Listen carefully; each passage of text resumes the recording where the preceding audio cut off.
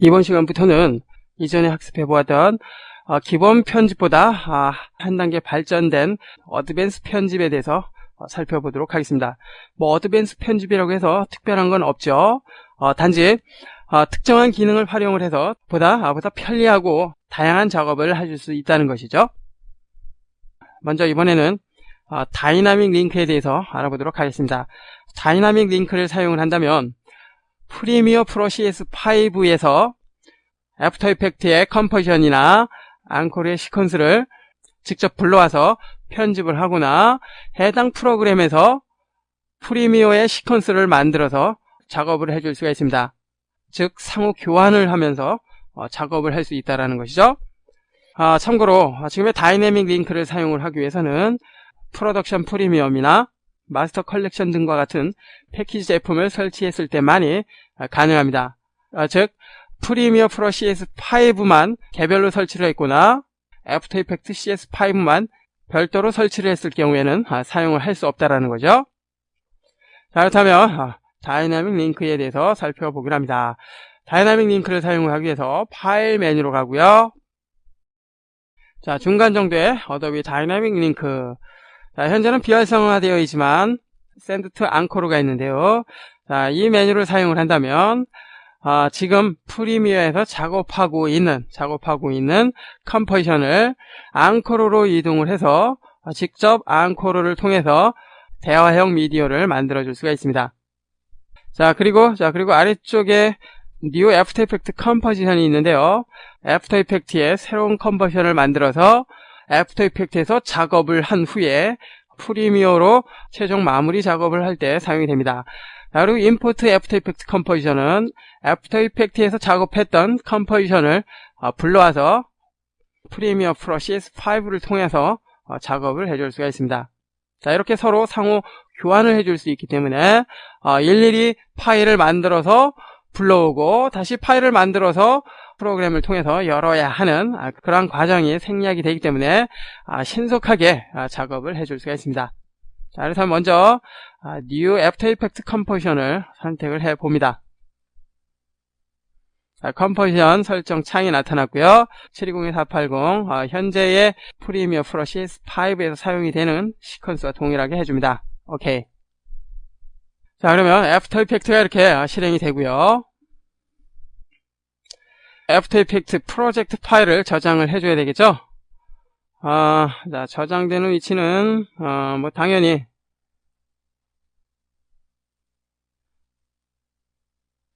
자, 현재 강좌를 진행하고 있는 요 경로로 해줍니다.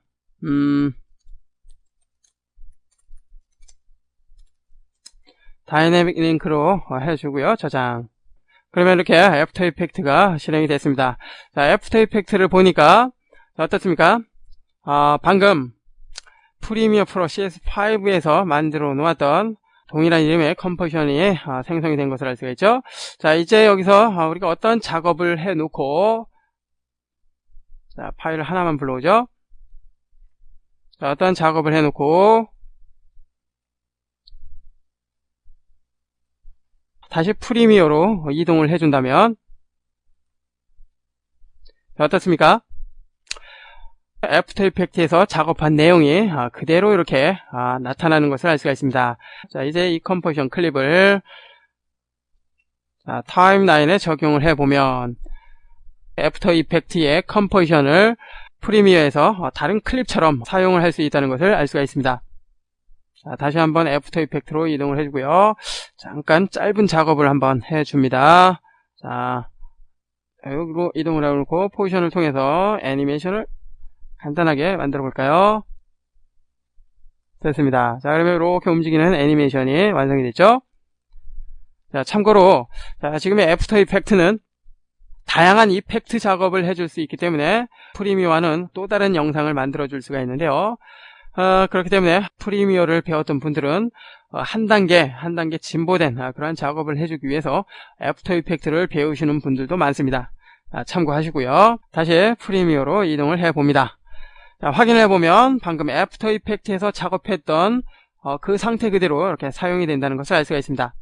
실시간으로 작업한 내용이 전달이 되기 때문에 특별히 파일을 만들어서 불러온다든지 이러한 작업을 거치지 않아도 됩니다. 자, 사용을 해보니까 다이나믹 링크 정말 편리한 기능이죠. 자, 다시 한번 어도비 다이나믹 링크로 들어와서요. 자, 이번엔 임포트 애프터 이펙트 컴포지션을 선택을 해서 이미 만들어진 애프터 이펙트 컴포지션을 불러옵니다. 자, 애프터 이펙트를 사용을 해서 작업을 했던 파일이 어디 있나요? 자, 제 컴퓨터에는 여기 있는데요. 여러분은 없을 수도 있고요. 자, 애프터 이펙트를 사용하지 않았던 분들은 애프터 이펙트 프로젝트 파일이 없겠죠, 당연히. 자, 그렇다면 지금의 요 강좌 참고만 하십시오. 자, 지금의 요 파일이 애프터 이펙트 프로젝트 파일인데요.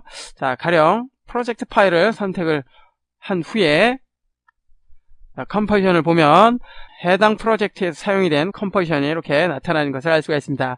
자, 여기서 사용할 컴포지션을 선택을 한 후에 OK를 해서 불러옵니다. 자, 그러면 이렇게 적용이 된 것을 알 수가 있죠. 자, 타임라인에 적용을 해서 확인을 해보면 자, 이와 같은 작업이 있는 그런 컴포지션이군요. 자, 이처럼 다이나믹 링크를 사용을 하면 애프터 이펙트나 앙코를 사용을 해서 보다 신속하게 상호 교환 작업을 해줄 수가 있습니다.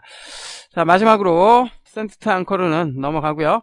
리플레이스 위드 애프터 이펙트 컴포지션에 대해서 살펴봅니다.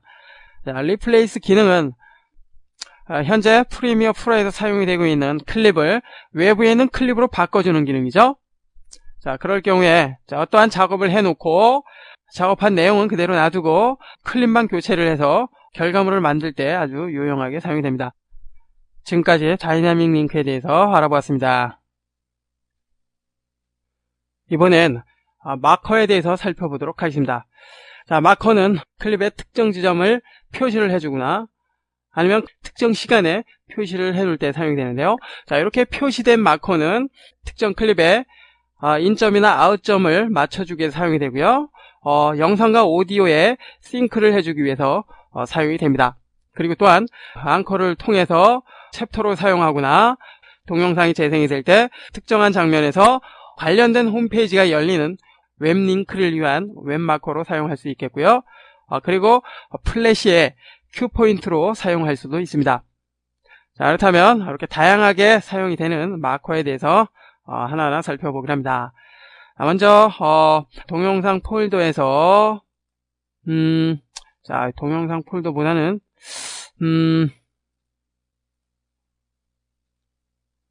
자, 뮤직비디오 폴더로 들어가세요. 자, 뮤직비디오 완성본을 가지고 작업을 해봅니다. 자, 타임라인에 적용을 해주고요.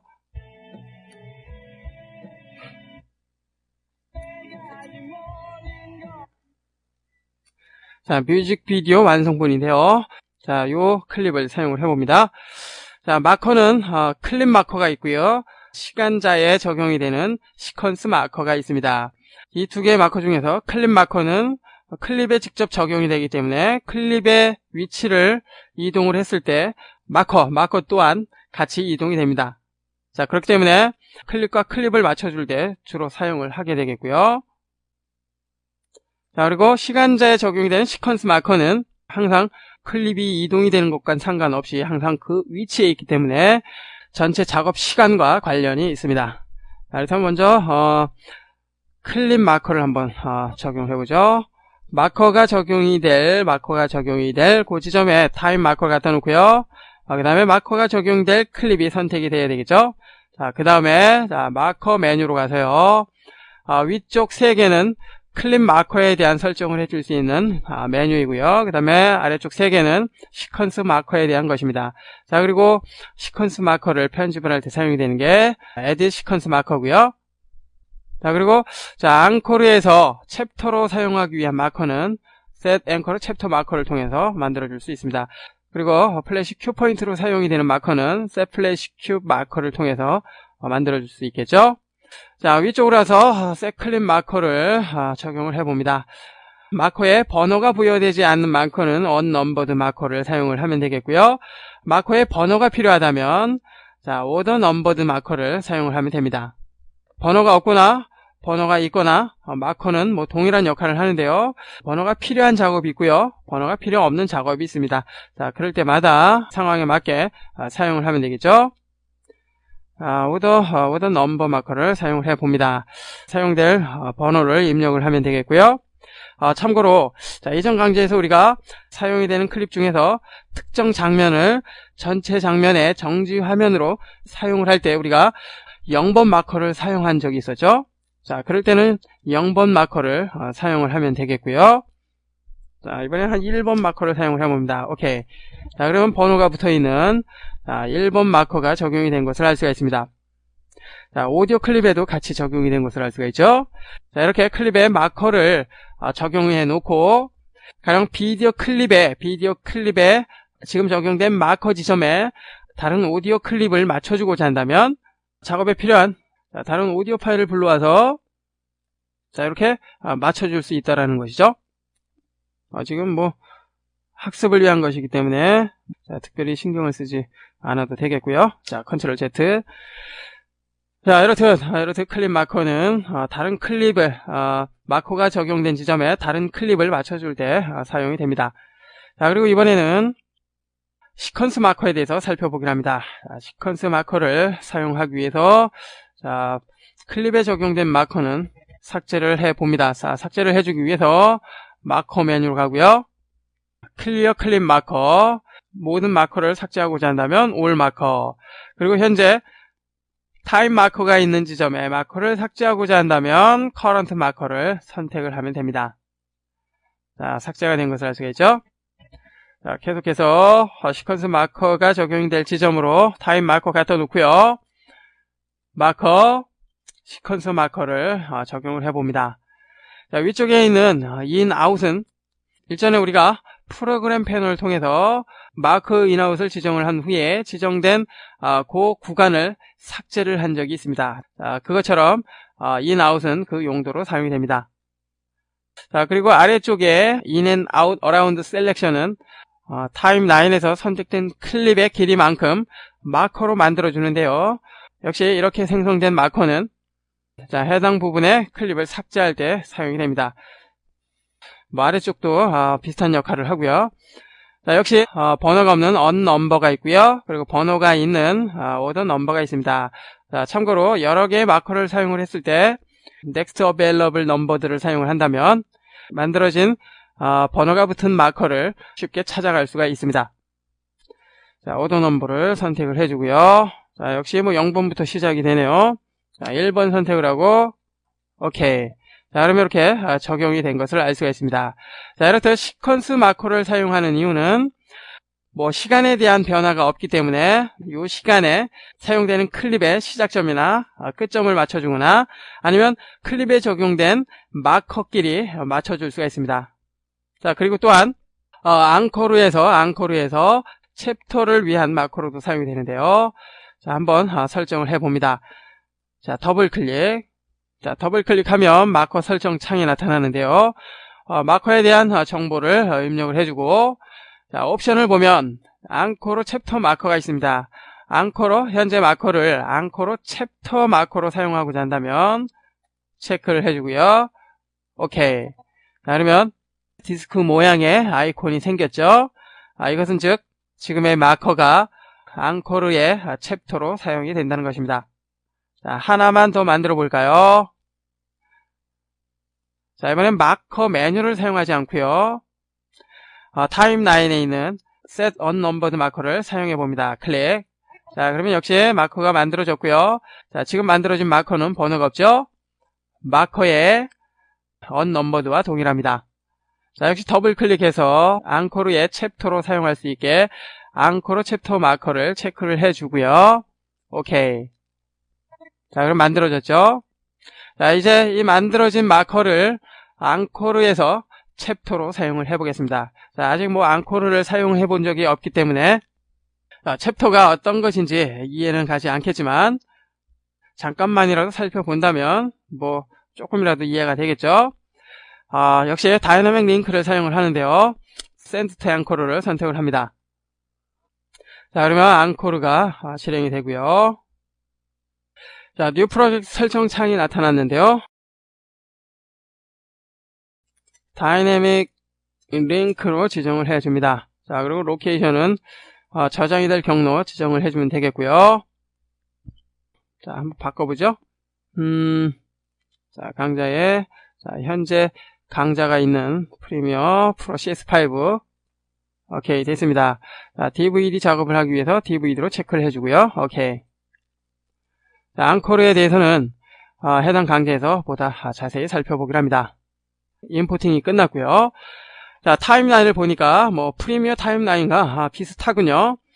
자, 역시 적용된 클립을 보니까 어떻습니까? 프리미어에서 적용이 됐던 마커와 동일한 위치에 이렇게 마커가 있는 것을 알 수가 있습니다. 앙코르니까 이 부분은 이제 마커가 아니라 챕터가 되겠죠? 자, 메뉴를 하나 적용을 해주고요. 더블 클릭. 됐죠? 현재 메뉴가 열렸는데요. 지금 이 버튼을 보면 아무것도 없습니다. 지금의 이 버튼에 챕터를 적용을 해야 되는데요. 자, 이렇게 드래그해서 적용을 해줍니다. 자, 그러면 해당 챕터의 화면이 이렇게 버튼으로 사용이 되는 것을 알 수가 있는데요. 자, 만약 이 상태에서 실제 DVD처럼 이 버튼을 클릭한다면 해당 지점의 장면이 재생이 될 것입니다. 즉 대화형 미디어를 만들 때 지금의 이 챕터의 역할은 대단히 중요합니다. 뭐 앙코르에 대해서는 해당 강좌에서 보다 자세히 살펴보기로 하고요. 다시 프리미어로 이동을 합니다. 자, 이렇듯 프리미어에서의 마커는 앙코르의 챕터로도 사용할 수 있다는 거 알 수가 있었고요. 자, 이번에는 다시 챕터를 더블 클릭해서 웹링크에 대해서 살펴봅니다. 자, 웹링크는 특정 동영상이 재생이 될 때 웹링크로 적용이 된 그 지점에 도달을 했을 때 웹링크에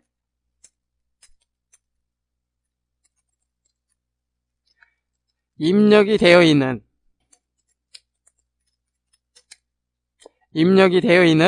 요 주소의 홈페이지가 열릴 수 있도록 해주는 기능이죠.